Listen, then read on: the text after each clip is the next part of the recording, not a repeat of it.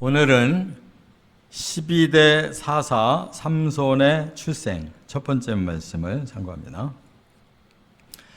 이제 13장 오늘 본문부터 16장까지는 삼손의 사사에 대한 내용이 나옵니다. 이 삼손은 이제 사사기에서는 마지막 12번째 사사인데 이제 그 후에도 엘리 대제사장이나 또 사무엘의 아들들까지 사사라는 말을 들었기 때문에 사사 시대는 조금 더 지속이 됩니다. 그런데 오늘 이 12번째 사사인 삼손은 대단히 아주 특별한 사람입니다. 그래서 이렇게 13장부터 16장에 걸쳐 4장이나 그의 시대를 다루고 있어요. 중요한 것은 이 삼손의 출생은 또 그리고 죽음은 메시아의 예표로 쓰임을 받는 그런 중요한 사건이다 하는 것을 우리가 깨달아야 됩니다. 삼손의 출생도 메시아의 출생과 같이 또 이 삼손의 죽음도 메시아의 죽음과 같이 그렇게 맥이 다 있다 하는 것은 하나님은 계속 구약 시대부터 메시아를 계속 예언하는 거예요. 그래서 이제 사건 속에서 그 메시아 예표로 쓰임 받은 사람들이 있어요. 그게 바로 이제 아브라함이 아들 이삭을 낳는 것과 또 잡아서 죽이라는 것과 또 양을 예비해 놓으셔서 대신 제사를 드리는 이 모든 것이 다 메시아의 예표로 쓰임받는 겁니다. 아브라함의 마음에 3일 동안 아들을 죽이고 있잖아요.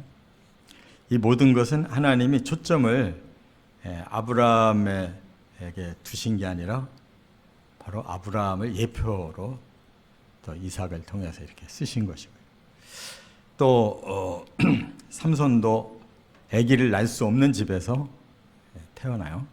하여튼 모든 것이 다 메시아를 예표하는 사건으로 다 쓰임을 받습니다.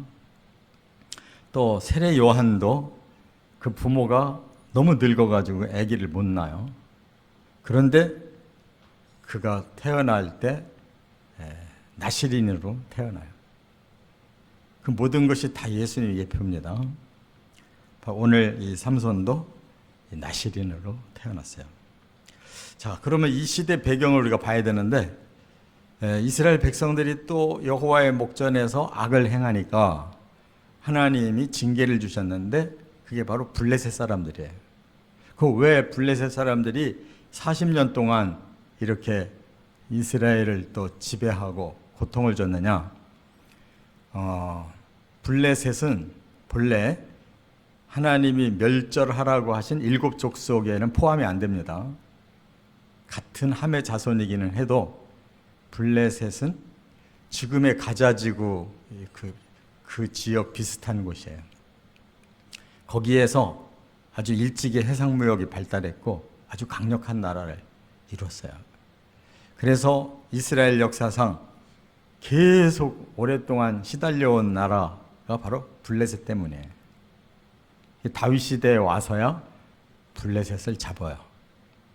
사울 시대에 가장 극심한 블레셋 공격을 당했잖아요. 그러니까 이러한 역사 속에 이 블레셋의 고난은 계속 하나님이 가시처럼 이렇게 둔 그런 민족이었다 그 말이에요. 그러면 왜 삼손을 통해서 이렇게 블레셋을 막게 하셨을까? 삼손이 바로 블레셋 바로 옆에 단지파 사람이에요.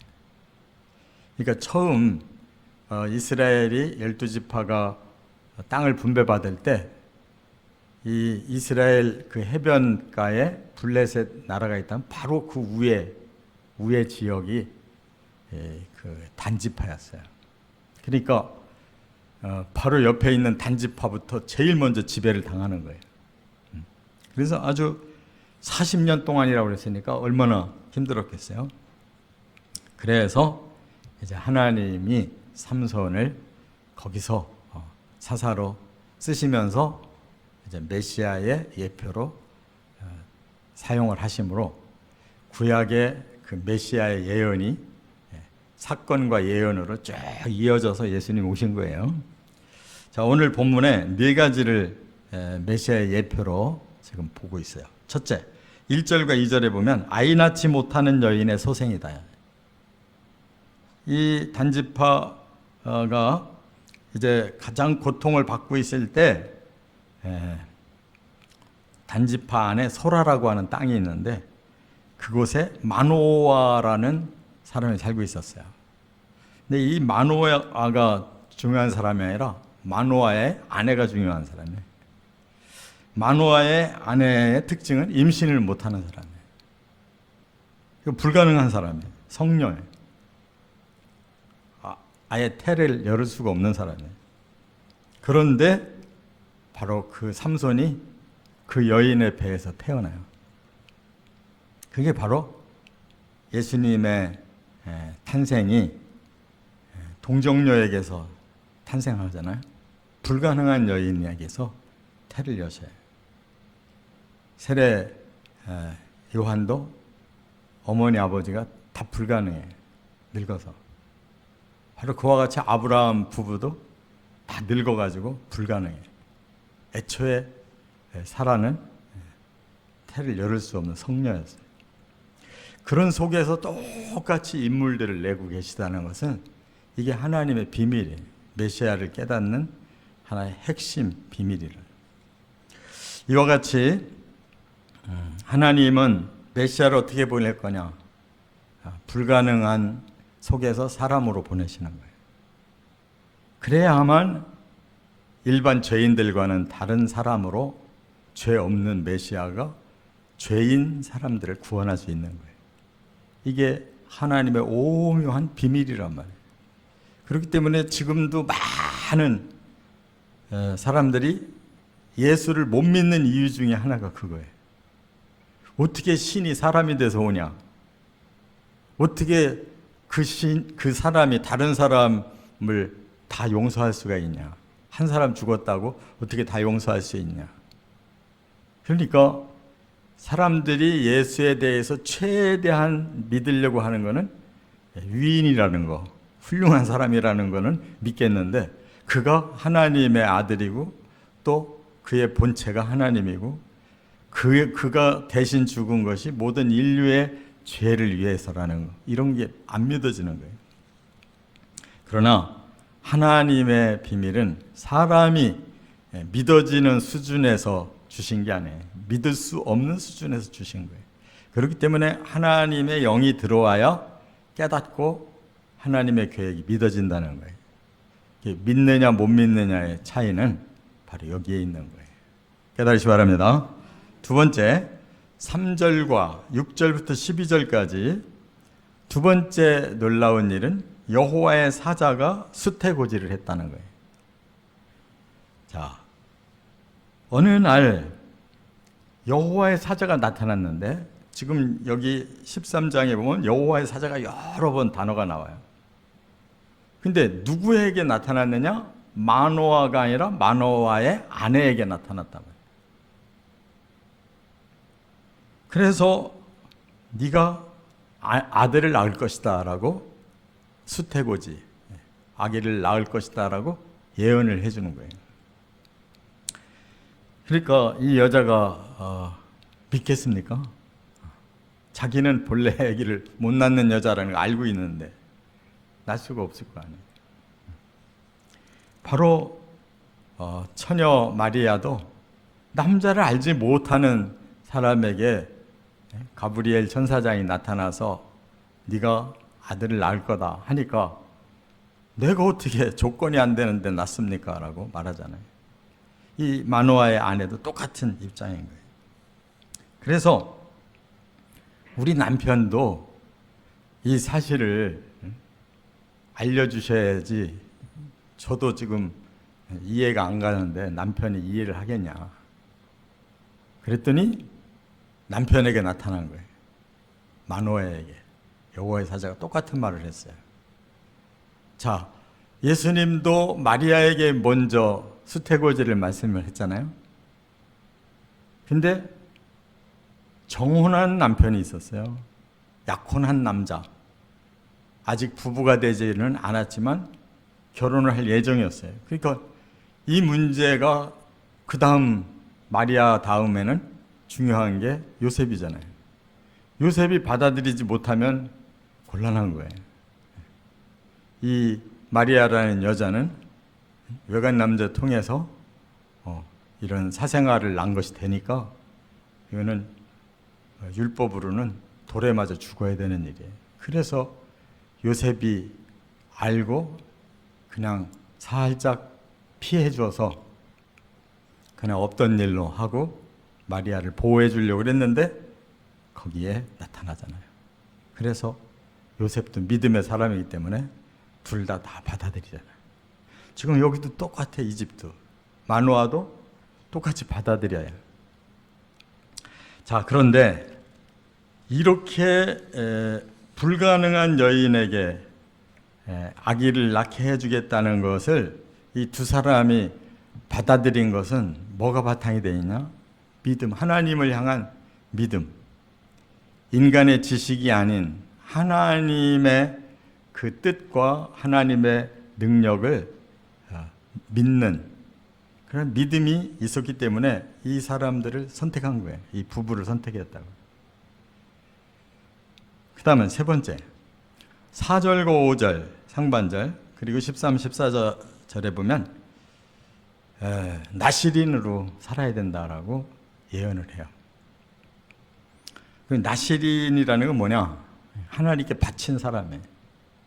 그러니까 하나님이 마노아와 그 아내를 위해 자식을 준 게 아니고 하나님이 이 삼손을 통해서 이스라엘을 구원하고 하나님의 일을 하는데 사사로 시키려고 이 집안을 선택했다 그 말이에요. 그렇기 때문에 삼손은 처음부터 결혼도 하지 말아야 되고 또 철저히 하나님께 헌신하기 위해서는 독주도 포도주도 또 부정한 것도 전혀 먹을 수도 없고 삭도 머리도 깎을 수가 없다. 하나님이 주신 그대로 살아야 된다는 거예요. 이건 완전히 헌신자를 말하는 거거든요. 그런데 하나님께서 이 삼손을 그런 자로 태어나게 했다고 해서 로봇처럼 그런 기능만 가진 삼손으로 태어난 게 아니에요. 가장 아주 남자다운 아들로 태어났어요. 그러니까 굉장히 여자를 좋아하고 힘도 세고 하여튼 사람으로 치면은 아주 상남자예요. 그런데 사명으로 치면 과연 그 사명을 감당해 내기가 곤란한 사람인데 바로 하나님은 그를 보내셨다는 거예요. 그래서 결과적으로 보면 왜 하나님이 이렇게 가능하지 않은 이 삼손을 쓰셨을까? 삼손이 그래서 죽임을 당해요. 자기 수를 다하고 죽지를 못해. 마지막 죽으면서 깨달아요. 아, 나는 죽어야 되는구나. 그러나 저 블레셋을 멸하면서 죽는 사명이 있구나라고 생각해서 마지막 기도를 하나님께 하잖아요. 이 기둥을 밀을 때 하나님 힘줘서 그냥 여기에 있는 모든 블레셋 사람들과 함께 죽게 해달라고. 그게 예수 그리스도의 죽음과 맥을 같이 하는 거예요. 이와 같이 하나님이 주신 그 운명이라는 것이 바로 이 삼손에게 그대로 이루어져요. 예수님의 운명과 같이 탄생부터 죽음까지가 똑같아요. 자신의 의지가 아니라 하나님의 뜻에 그대로 드려지는 삶이에요. 그 다음에 네 번째 또 하나가 있어요. 5절 하반절에 보면 이스라엘을 구원할 자. 5절 하반절에 그랬어요. 그가 블레셋 사람의 손에서 이스라엘을 구원하기 시작하리라. 그러니까 삼손은 자기의 사명이 블레셋을 치고 끝까지 블레셋과 함께 죽는 것이 사명이에요. 그래서 예수님이 그와 같이 이 땅에 오신 목적이 죽으러 오셨어요.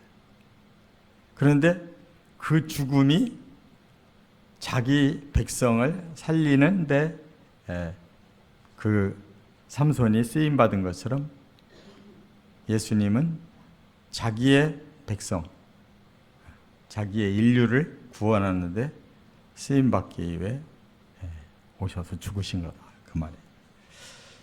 삼손은 자기 시대에 블레셋과 함께 죽어서 자기 백성을 40년의 억압에서 구출해내죠.